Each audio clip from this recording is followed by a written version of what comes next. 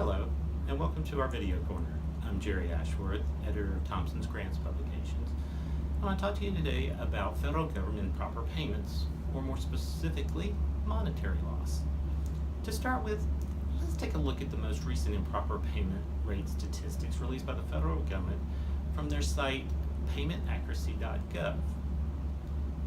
Now, if you look at the middle of the chart, you'll see that the improper payment rate was at its highest in 2009 when it was 5.42%. Meanwhile, the amount of improper payments around that time was $121 billion. You'll see that the improper payment rate and the amount of improper payments actually decreased for a few years, with the rate dropping to as low as 3.53%.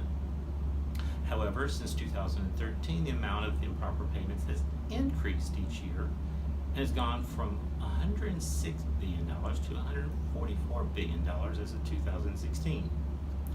Meanwhile, the improper payment rate has also continued to rise to 4.67%.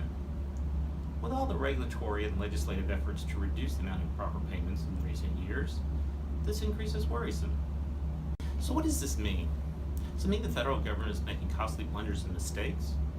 Maybe it is, maybe it's not. To get to the bottom of this, let's look what's going on in the President's Management Agenda, where there are several cross-agency priorities, or CAP goals. One of the key aims under CAP Goal 9, known as Getting Payments Right, is to reduce the amount of cash lost to the taxpayer through incorrect payments. The Office of Management and Budget, along with the Departments of Health and Human Services and Treasury, are leading the efforts on this CAP goal.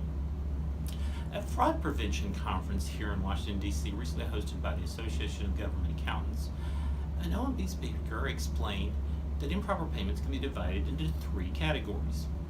One category includes payments that result in a monetary loss to the federal government, such as overpayments and payments to the wrong recipient in the wrong amount, whether that's intentional or unintentional. A second category includes payments that do not create a monetary loss, including underpayments and payments made to the right recipient in the correct amount, but the payment process failed to follow applicable regulations and statutes. A third category is one titled Unknown, which includes payments that lack sufficient documentation for the federal agency to determine whether the payment was made properly. Concerning this unknown category, OMB guidance currently asks agencies to classify these as improper payments, with the idea that it's erring on the side of caution. But in reality, the payment may be made to the wrong recipient or amount, or it may not be. That's what this CAP goal is all about. Really focusing on those monetary losses, determining what the root cause of the loss is, and how to mitigate those losses, so the federal government can better determine what the true improper payment level really should be. In fact, a Chief Financial Officer Council working group has been established by those lead agencies to evaluate next steps, and these next steps could include proposed changes to the improper payment definition, changes to the reporting requirements and risk assessments, as well as proposed statutory changes. So we'll be interested to see how all this develops.